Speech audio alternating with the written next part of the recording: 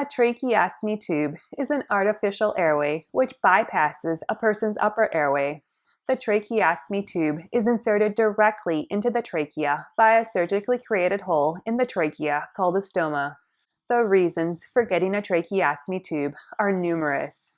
The three most common causes for needing a tracheostomy tube include the patient will require mechanical ventilation for more than 2 weeks, the patient cannot manage his own secretions and requires frequent suctioning, the patient has an upper airway which cannot ventilate adequately.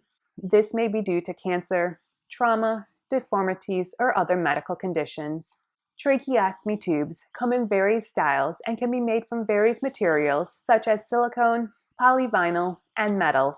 Another key feature on tracheostomy tubes is the presence or absence of a balloon-like structure called a cuff. A cuffed tracheostomy tube has a balloon-like feature at the distal end of the tube. The balloon can be inflated or deflated. When the cuff is inflated, all the inhaled and exhaled air enters and leaves the respiratory tract via the tracheostomy tube.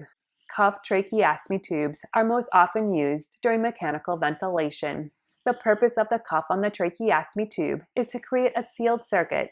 An inflated cuff closes off the airway so that the breaths being given by the ventilator are delivered directly to the lungs. If the cuff is deflated, part of the delivered breath escapes around the tracheostomy tube and out the nose and mouth.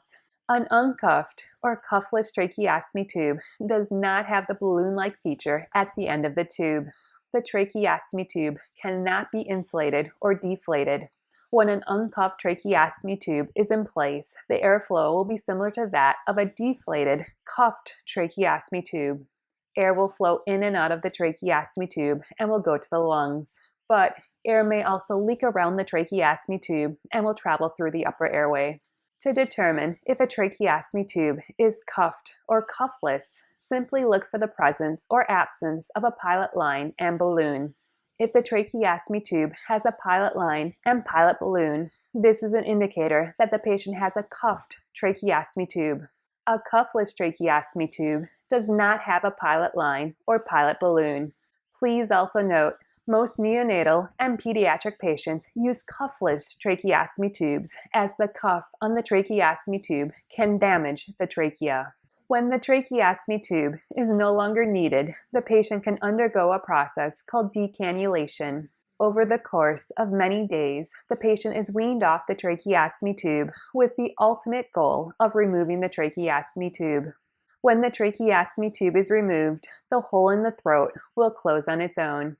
For patients who will require a tracheostomy tube for an indefinite amount of time, this is called a permanent tracheostomy tube. Thank you so much for joining me. Please remember to like and subscribe down below. I hope you have a great day and a wonderful week, and happy Global Tracheostomy Tube Awareness Week. Bye-bye.